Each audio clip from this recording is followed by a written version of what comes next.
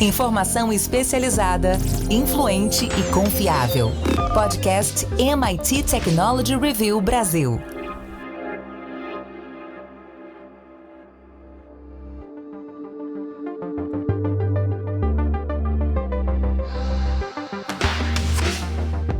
Olá, seja muito bem-vindo. Este é o podcast da MIT Technology Review Brasil.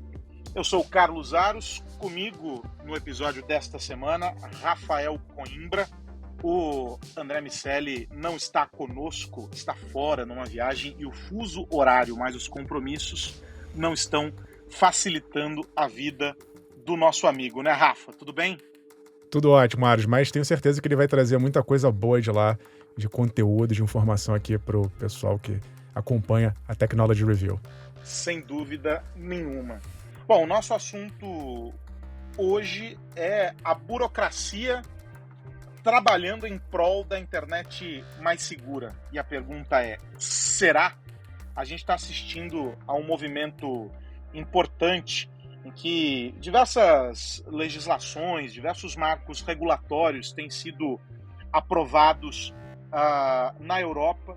Há movimentações também nos Estados Unidos, e aí são alguns deles chamados de Digital Services Act, o outro é o Digital Markets Act, e o que a gente tem visto, essa sopa de letrinhas, né, o DSA, DMA, e a gente tem outros conjuntos de lei que trabalham com o objetivo de fazer com que segurança digital e transparência das empresas, principalmente no uso das informações, na disseminação de conteúdos, na moderação de conteúdos, fazer com que tudo isso seja melhorado e tudo isso seja balizado por critérios únicos. Do outro lado, a gente tem também movimentações importantes do ponto de vista concorrencial e também dentro das regras de trust, né, ou do movimento antitrust. E tudo isso faz muito sentido no momento em que a gente discute cada vez mais o crescimento e o fortalecimento das plataformas de tecnologia e que essas empresas começam a crescer, vão crescendo,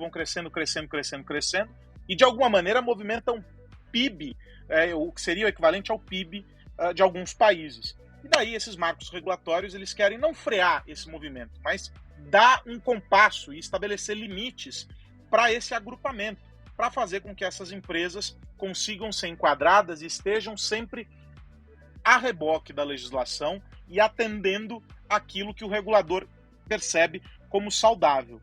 A pergunta é a seguinte, Rafael Coimbra, do ponto de vista regulatório, até mesmo do ponto de vista do desenvolvimento de um ambiente de inovação aí, que é o que é composto por essas empresas majoritariamente, a gente vai salvar ou a gente vai frear a internet? Depende do tamanho da dose, né, Aros? A gente sempre fala que a diferença entre o remédio e o veneno é a quantidade. Então eu acho que se houver uma regulação forte a ponto de asfixiar essas empresas, aí a gente vai ter problemas. Mas eu não vejo ainda algo que seja muito radical. O que a gente observa, Aros, quase que via de regra, quando a gente olha para o mundo da tecnologia, é que primeiro vem esses grandes movimentos, a inovação ela surge, as empresas vão criando e a regulação ela vem depois, até porque se alguém está criando, às vezes cria num ambiente que não existe mesmo uma regulação. A inovação se dá muito nesse espaço vazio, o que não quer dizer que seja ilegal, quer dizer que não existe ainda regulação para alguma coisa que não foi inventada. E o que a gente observou nesses últimos 20, 25, 30 anos, desde ali do surgimento da internet e do nascimento dessas big techs, foi um ambiente muito liberal no sentido de não ter regulação, ou pouquíssima regulação. E essas empresas foram crescendo, elas foram ficando gigantes, daí o termo big techs, e depois começa-se a tentar regular. A questão é, será que dá para regular gigante, né? Porque elas estão tão fortes que se você faz determinados movimentos, você pode causar algum dano, algum prejuízo, até do ponto de vista de desmontar um grande modelo de negócio.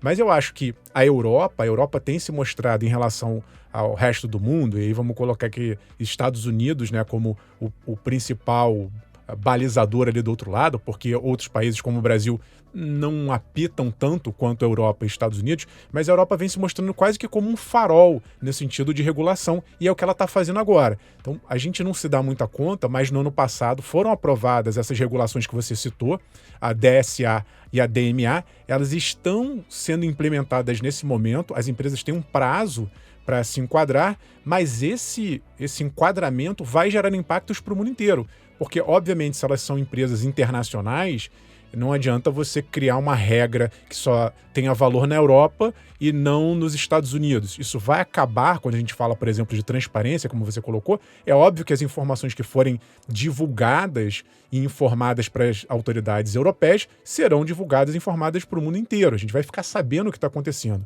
Então, para dar um exemplo concreto do que eu estou falando, a DSA, por exemplo, ela que está trabalhando com a segurança digital, ela está pedindo para as empresas que estão na União Europeia, que tenham mais de 45 milhões de pessoas, dá mais ou menos ali 10% da população da União Europeia, que elas se classifiquem como plataformas online muito grandes, ou mecanismos de busca muito grandes. Estou traduzindo aqui livremente para o português.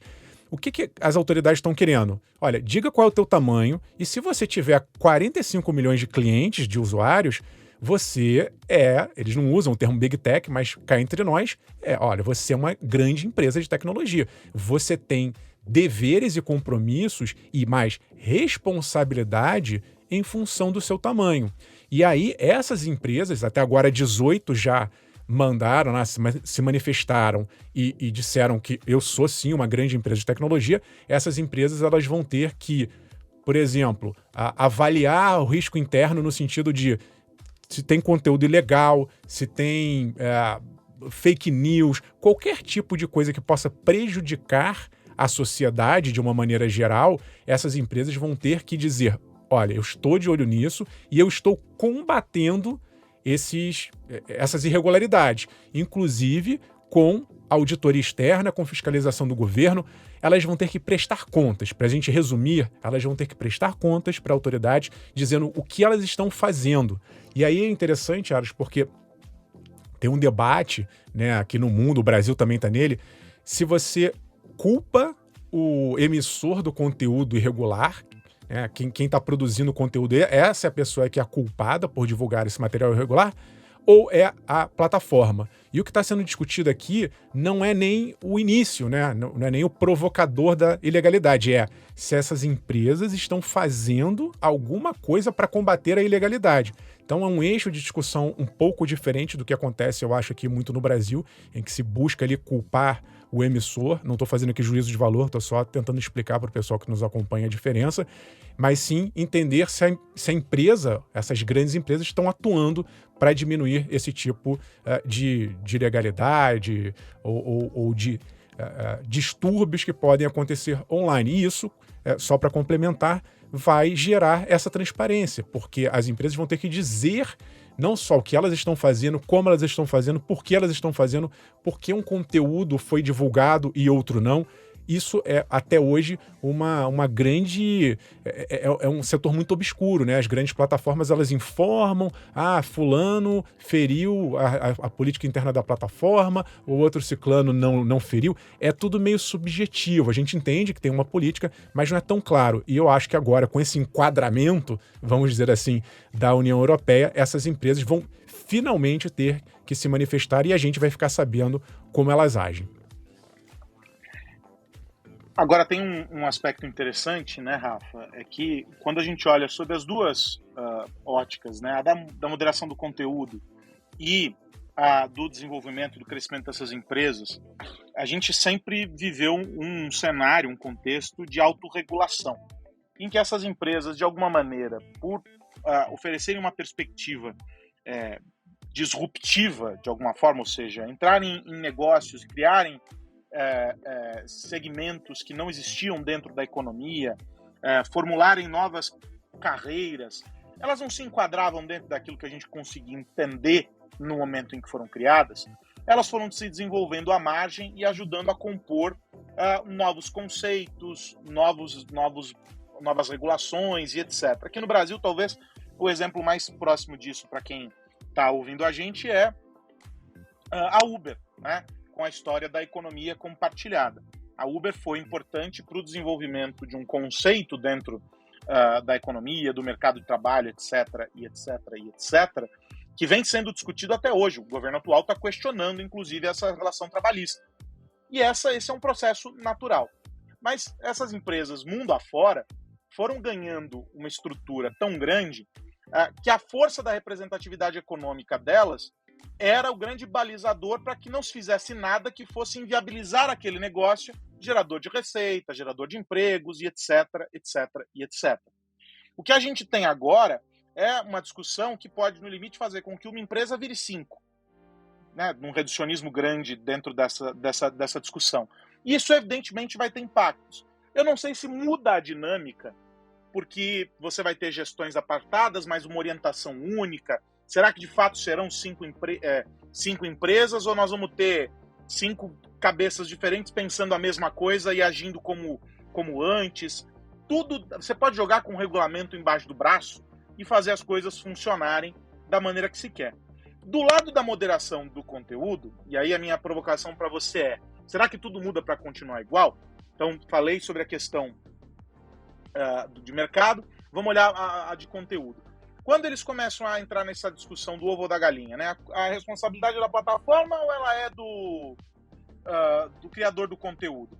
E começam a trazer uma ideia de participação maior das pessoas para poder contestar as decisões, fazer o shadow banning, combater violências e crimes lá dentro e etc. Elas estão, de novo, terceirizando uma responsabilidade e criando instrumentos que acabam tendo um fim em si mesmo e que não são, talvez, a depender da maneira como forem aplicados, vacina contra mal nenhum. Eles simplesmente são placebos ali sendo colocados sem qualquer tipo de efetividade. E, de novo, a companhia se blinda de qualquer responsabilidade. Essa é uma discussão que tem esse potencial, ainda que a gente tenha grandes órgãos, grandes instituições olhando isso de maneira séria, que tem um potencial para mudar, para continuar igual? Eu acho que tem um potencial para mudar de fato, Aros, porque o que a gente está observando é primeiro um entendimento de como funcionam as plataformas. Eu acho que houve, né, primeiro, como você falou, uma espécie de um romantismo, né, a sociedade, governos, o mercado, todo mundo foi um pouco amigável demais, né? Deixa rolar, é legal, que bacana, tecnologia é algo sempre bom, a gente sabe que não é assim, mas eu acho que carrega um pouco desse romantismo de que legal, estamos transformando o mundo e vai ser tudo legal, e não é assim, a gente observa, tem efeitos colaterais. E aí vem essa discussão que você falou de quem é o culpado. Eu acho que em termos teóricos, utópicos, talvez a gente focar em quem está produzindo aquele conteúdo fosse o ideal. Mas vamos trabalhar com o mundo prático. No mundo prático, a gente sabe que existe um universo absurdo de produção de conteúdo e publicação de conteúdo, e que você tentando combater ali na origem quem está querendo disseminar coisa ruim vai acabar encontrando uma certa maneira. É muito difícil você conseguir barrar tudo ali, e aí esbarra naquela questão da liberdade de expressão, censura, etc e tal. Mas eu acho que a discussão primeira, que é a que está acontecendo agora, eu queria voltar nesse ponto, porque está rolando nos Estados Unidos também essa discussão, ok, a plataforma, né, vamos pegar aqui as redes sociais, vamos partir do princípio que elas não são responsáveis pelo que é produzido, elas estão ali no papel de intermediário. E esse argumento foi usado e ainda é usado muito. Olha, eu estou aqui, eu sou um campo, eu estou aqui só intermediando relações e quem falou besteira que pague pelos seus erros. Esse argumento, ele não funciona por um simples motivo. Não é só isso que a plataforma faz. Ela pega o conteúdo e ela tem, aí sim, a responsabilidade total da plataforma. O poder de decidir se um conteúdo vai ser impulsionado. impulsionado aqui para sair do jargão de marketing digital, se ele vai ser promovido, se ele vai ser mais visualizado por outras pessoas ou menos. E mais, se essa plataforma vai pagar para produtores de determinados conteúdos. Então, essa eu acho que é a discussão do momento e que ela é interessantíssima, porque no momento que as plataformas divulgam como elas promovem para um lado da balança ou para o outro, a gente começa a entender mais qual o papel, e aí sim a responsabilidade delas, se elas estão retirando determinados conteúdos que foram determinados por ordem judicial, se elas estão promovendo determinados conteúdos que desinformam a população. Quando a gente enxergar, talvez a própria sociedade comece a olhar de uma maneira diferente para as plataformas. Acontece que a gente não tem muita ideia de como isso funciona. Então acho que essa é a primeira discussão. Se isso for feito de uma maneira razoavelmente adequada, eu acho que já vai ter um bom impacto, e aí sim, como segundo passo, a gente pode discutir ali na ponta, no varejão, quem são os responsáveis e como melhorar esse combate à ilegalidade e à desinformação. Eu estou partindo aqui do ponto de vista da eficácia. Eu acho que esse primeiro debate ele é mais eficaz do que o outro. Eu concordo, tendo a concordar com você. Agora tem uma questão, né, Rafa? A gente está vendo um movimento na Europa, que talvez seja já um mercado mais maduro do ponto de vista regulatório e nessa questão de lidar, e também mais duro com as plataformas. Se a gente for lembrar historicamente as grandes multas, as grandes sanções impostas aí a Google, o Facebook na época, né, agora a Meta e etc., tudo isso sempre partiu com uma mão mais pesada da Europa. A gente pode esperar contextos similares daquilo que você está observando nos Estados Unidos. A gente tem uma discussão como essa aqui no Brasil, por exemplo, que é provocada, claro, pela questão política, mas a gente tem que lembrar que não só a política mobiliza todos os malfeitos que a gente vê sendo cometidos pelas redes sociais. As possibilidades são inúmeras. Tem uma discussão, Aros, adicional, que é a de modelo de negócios. Então, quando a gente está falando de tamanho, de poder, tem todo esse aspecto de mobilização da sociedade em termos de conteúdo para um lado ou para o outro, mas também tem em termos de tamanho e negócios e comércios e dumping e práticas, às vezes, consideradas anticompetitivas. Isso também está no jogo na outra lei que você citou no início do podcast, a DMA, que ela lida exatamente com essa concentração de poder. O que a gente observa é um pouco de revisão, tanto das autoridades europeias como norte-americanas, no sentido, será que a gente não deixou essas empresas ficarem grandes demais? Dá para quebrar? E aí você já colocou, né, Aros, que talvez você vai fatiar e na prática não vai adiantar muita coisa. Eu tendo a concordar contigo que fazer uma revisão não seja talvez tão eficaz quanto evitar futuras aquisições.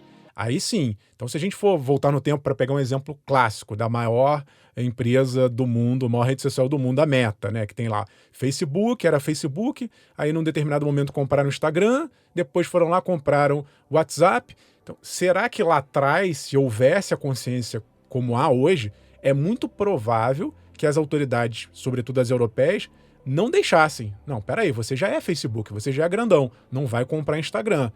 Você comprou Instagram? Não, você não vai comprar WhatsApp. É muito poder para você ter num único conglomerado. Então, o que eu acho é que daqui para frente será muito mais difícil. Para pegar um exemplo mais recente, né? A Microsoft comprou a Activision, empresa de jogos. Esse movimento, que foi do ano passado, está sendo questionado. Então já chegou num momento em que as autoridades falam assim, opa, peraí, você já é Microsoft, você tem muitas empresas, você já comprou Skype, você já comprou LinkedIn, peraí, vai com calma. Eu acho que vai ser cada vez mais difícil essas grandes empresas se movimentarem no sentido de grandes aquisições, porque a crítica existe uma grande concentração de poder. No entanto, a gente tem que observar que lá do outro lado do mundo, se comparado aqui ao Ocidente, temos as empresas asiáticas. E aí pode ser que essas grandes empresas, sobretudo as norte-americanas, usem como argumento essa grande guerra global. Porque se a gente olhar só para Estados Unidos e Europa, faz sentido uma desconcentração de poder ou uma não concentração futura. Mas se a guerra é Ocidente versus Oriente, a coisa muda de figura. Porque se eu começo a quebrar o poder dessas Big Techs, talvez elas não tenham força para lidar, por exemplo, numa competição tecnológica com uma empresa chinesa, por exemplo. A gente vê que lá a regulação é diferente, tem uma leniência do governo, tem uma interferência muito grande, uma participação governamental no sentido de trabalhar ali com as grandes empresas de tecnologia, e pode ser que esse argumento tenha um peso. Não sei, a gente já está vendo o que está acontecendo. O que a gente observa nesse exato momento é uma tentativa de frear, pelo menos, as futuras compras e talvez com isso fazer com que o ambiente de inovação ele prospere em vez de uma empresa, uma startup nasce, tem uma boa ideia e rapidinho alguém vai lá, uma dessas Big Techs vai lá e compra. A gente, aliás, conversou sobre isso no nosso momento Estratégia Digital, que você vai ouvir daqui a pouquinho aqui no podcast, falando sobre como os M&As têm sido acelerados e esse segmento tem sido impulsionado muito por força também dessa dinâmica ou que envolve as startups. E, de alguma maneira, elas também são esse fator de absoluta confusão, vamos colocar nesses termos, para os reguladores. Então, se a gente for olhar até dentro do que vem acontecendo nos últimos 5 anos, essa é uma resposta consideravelmente tardia para cenários que a gente já está experimentando há pelo menos 5 anos. São situações que vêm se repetindo, vêm ganhando cada vez mais força, e talvez agora tenhamos acendido um sinal de alerta ainda mais enfático, Rafa, porque o elemento inteligência artificial e todos os desmembramentos pode potencializar esse estado de coisas a um nível que a gente não consegue, numa primeira leitura, dizer qual é, né? Já bagunçou tudo, né, Aros? O legal da gente acompanhar a tecnologia é que de uma hora para outra tudo pode mudar. E a gente está vendo agora o nascimento. Muita gente ainda está achando que é um hype, que é alguma coisa, que é uma moda, que talvez não vá se desenvolver tanto quanto NFT, o metaverso, que é algo que vai passar.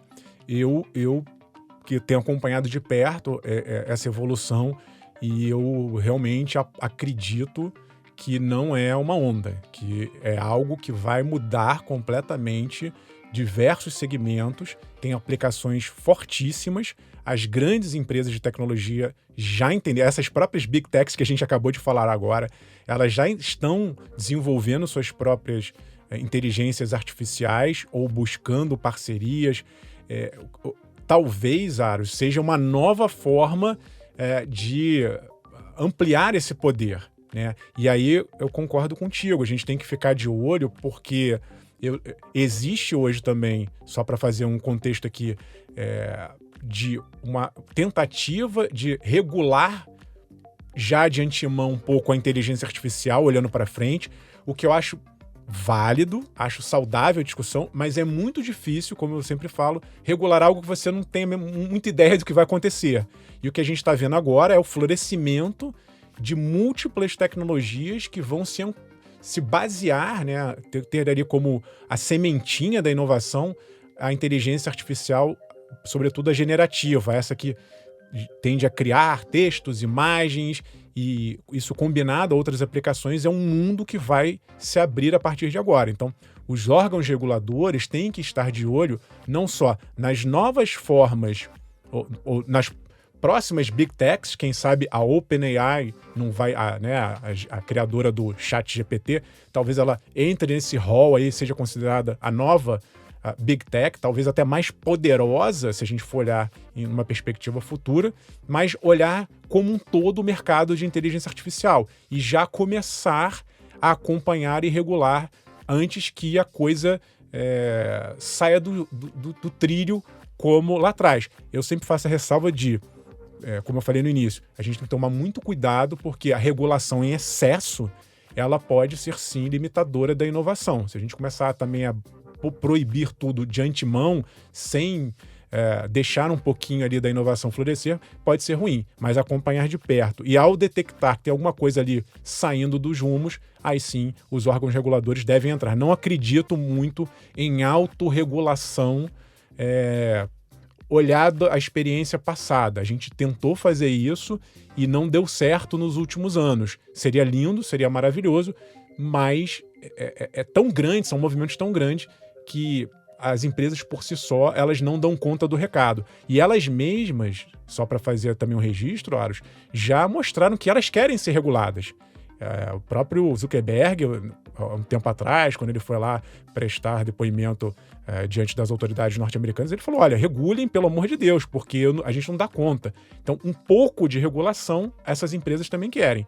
O negócio é saber qual a dose, qual o tamanho da regulação. Momento Estratégias de Valor. Momento Estratégias de Valor. Apresentado por EY Parthenon. Mais um momento Estratégia de Valor aqui no podcast da MIT Technology Review Brasil.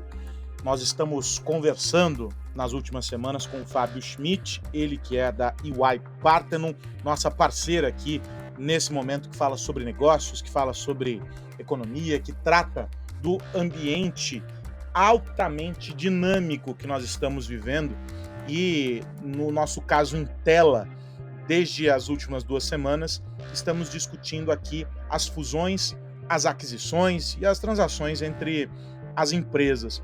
O Fábio contou para a gente sobre como o ritmo dessas fusões e aquisições, né, o ritmo dos M&As vem acelerando ao longo aí da última década, pelo menos 1 década e meia, quase 2 décadas de uma transformação bastante importante.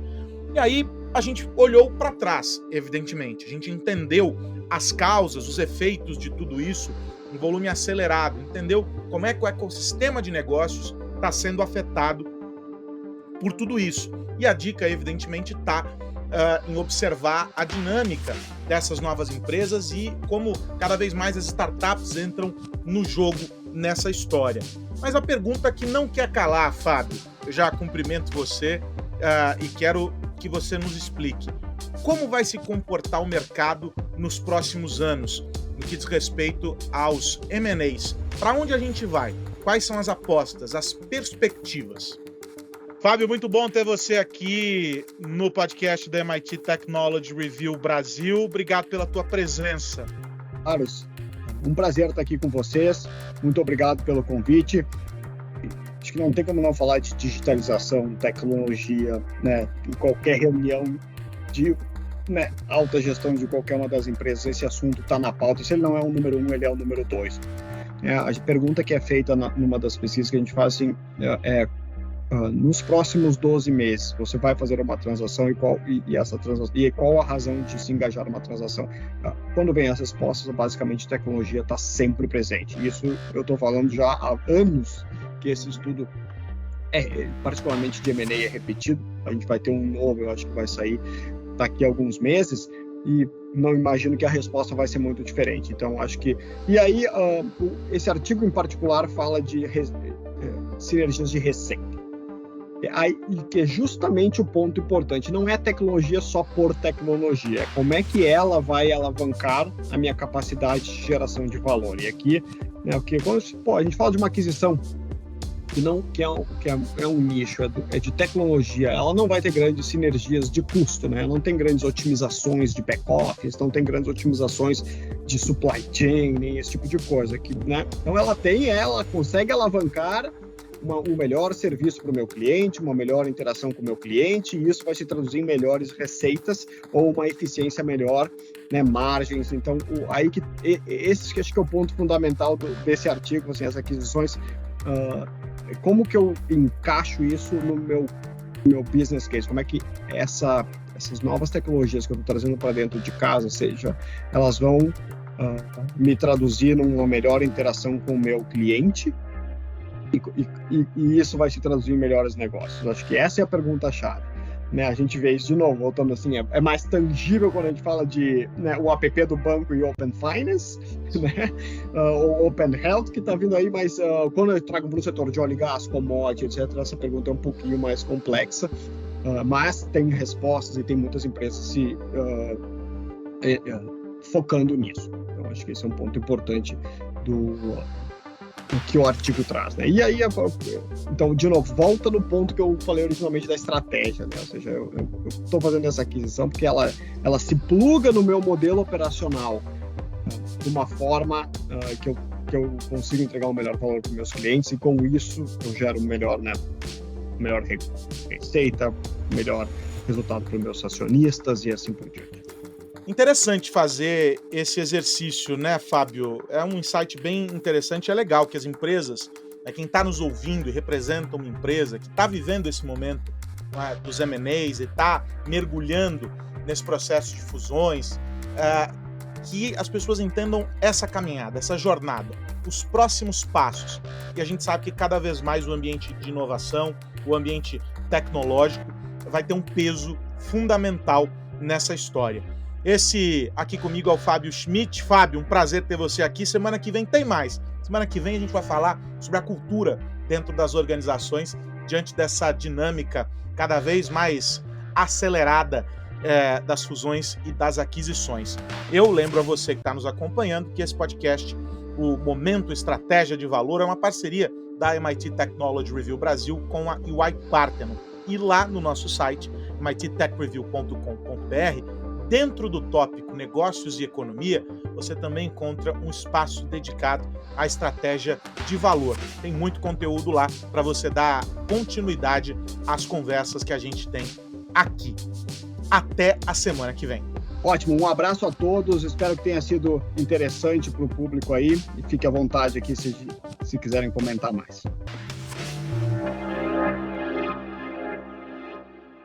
Tá aí, Rafa, de volta do nosso momento Estratégia de Valor. O que mais você precisa saber? E a pergunta que não quer calar é, parafraseando André Miceli, no que devemos ficar de olho, Rafa? Tô de olho, Aras, num piloto RD, também conhecido como piloto real digital. Nesta segunda-feira, o Banco Central Brasileiro fez uma apresentação muito interessante dos próximos passos de como diz o nome, né? É um piloto. A gente vai ter um ano de testes do real digital. O real digital, diferentemente de uma criptomoeda, um criptoativo, é algo lastreado pelo Banco Central, então está sendo esse movimento todo coordenado. A moeda digital, o real digital, vai ter ali a chancela do Banco Central, a garantia do Banco Central. Haverá também o envolvimento dos bancos, eles vão ser parceiros nessa inovação do Brasil. E só para explicar para o pessoal, apesar de termos uma moeda digital, ela não será a mesma coisa que, por exemplo, o Bitcoin. Trabalhará sim com uma camada de criptografia, de rede blockchain, mas, como eu disse, quem detém o real digital ou o poder da tecnologia é o Banco Central Brasileiro. Então, o que a gente está falando aqui é das chamadas CBDCs, traduzindo aqui para português, moeda digital de Banco Central. Vários países estão elaborando as suas moedas, a China já está com um projeto avançado, lá é diferente. Lá a moeda vai direto, como se fosse do Banco Central da China para o cidadão, ele tem que ter lá uma carteira digital. Aqui não, aqui a gente vai continuar tendo os bancos como se fossem intermediários. Estou simplificando aqui, mas eles vão ter esse papel na orquestração do real digital. Então como é que vai funcionar? Ao longo de um ano, o Banco Central Brasileiro vai trabalhar num ambiente fechado, não vai ser feito nenhum teste nesse exato momento com dinheiro de verdade, vamos dizer assim, não tem o valor, mas é claro que o Banco Central vai procurar usar diversas tecnologias, diversas alternativas para levar ao extremo os testes, tanto em termos de segurança, confiabilidade, se está tudo rodando de uma maneira precisa para que sim, daqui a um ano, a gente possa discutir, sejam apresentados os resultados e aí sim o Banco Central pensar na melhor maneira de implementar o Real Digital. De qualquer maneira, vai ser um ano de piloto, um ano de teste e a gente vai acompanhar de perto porque isso vai mudar completamente a forma como nós consumimos, né, usamos o dinheiro. A gente teve uma experiência muito legal aí com o Pix, teve uma aceitação muito grande, melhorou a vida de muita gente, teve problemas, é claro, de segurança, mas em termos de facilidade, de aplicabilidade, o Pix veio como uma revolução e eu tenho certeza que o Real Digital ele vai mudar também completamente o paradigma. A gente vai ter uma espécie de um dinheiro tokenizado, a gente vai poder programar o dinheiro, dando destinos, por exemplo, determinados. Isso eu estou chutando aqui porque, como eu disse, ainda vai ter o teste, mas imagina que a gente vai poder programar o dinheiro para onde ele vai, com quem vai ficar determinada parte, para onde vai a outra parte, tudo porque vamos trabalhar com uma camada digital, uma tokenização e uma camada ali de contrato que vai rodar juntamente com esse dinheiro. É o que eu estou imaginando para o nosso Real Digital. Muita expectativa para esse um ano de piloto. E você, Aros? Tá de olho em que, Aros? Eu tô bem ansioso com essa história do Real Digital também. Isso abre portas para um mundo de possibilidades. Mas eu tô de olho, pegando carona na nossa conversa de hoje, na discussão que vem sendo travada já desde 2001 pelo WhatsApp com a Organização Europeia do Consumidor. Seria o órgão responsável pela defesa do consumidor, que lá em 2021 fez contestações sobre mudanças nas regras de privacidade, na política de privacidade do WhatsApp. Naquela época não existia a Meta, ainda era Facebook. O próprio Facebook, enquanto plataforma, fazia mudanças, chegou a fazer mudanças importantes na política da própria rede social. Aí o WhatsApp fez mudança, a questão de criptografia, a questão sobre armazenamento de dados e etc. E isso motivou uma série de ações e de denúncias à comissão, à Organização do Consumidor, no período, lá naquele mesmo ano. E os questionamentos se arrastaram. Daí agora, o WhatsApp disse, não, peraí, levantou a bandeira branca e disse que vai explicar as alterações que foram promovidas nos contratos com os usuários no bloco europeu e explicar se existe algum tipo de impacto sobre os direitos desses consumidores. Eles vão exibir a possibilidade de que os usuários aceitem ou rejeitem as alterações, garantindo assim que exista um controle maior do usuário sobre esse processo que diz respeito à coleta e ao tratamento dos dados deles. Mas eles foram enfáticos de que não existe compartilhamento de dados de usuários com terceiros ou com outras empresas dentro da plataforma. Vale dizer que o Facebook, ou a Meta, fez a integração entre Facebook, Instagram e WhatsApp e mudou as políticas dessas plataformas justamente para tornar transparente, ou supostamente mais transparente, a troca de dados dentro do grupo, ou seja, Facebook para o WhatsApp, WhatsApp para o Instagram e vice-versa, versa-vice. Ou seja, é um processo que se arrasta lá atrás. E isso, agora, essa bandeira branca levantada pelo WhatsApp mostra que as empresas também, de alguma maneira, estão recuando, Rafa, dizendo, não, vamos conversar e vamos tentar chegar num acordo. Na linha do que eu dizia, de que no bloco europeu o buraco é mais embaixo. As coisas ali costumam ser um pouco mais incisivas, principalmente no que diz respeito a essa questão que se relaciona ao consumidor. E aí existe toda essa preocupação. É, no mínimo, curioso e algo para a gente acompanhar a partir dos desdobramentos desses novos conjuntos aí de leis que estão sendo aprovados. Isso aí, a Europa sendo o grande guia, né, o grande farol do mundo em termos de liderança em regulações, cobranças e etc. É isso. Semana que vem tem mais podcast da MIT Technology Review Brasil. Um grande abraço para você, Rafael Coimbra. Abraço, Aros, abraço para o André Misseri que está nos ouvindo agora e para todo mundo que nos acompanhou. Semana que vem tem mais MIT Technology Review Brasil. Até já! Um grande abraço para você. A recomendação para que você fique sempre conectado conosco. Na semana que vem a gente está de volta e na expectativa também o retorno do nosso parceiro André Miceli. Aquele abraço. Tchau, tchau. Você ouviu o podcast MIT Technology Review Brasil, apresentado por Tech Institute.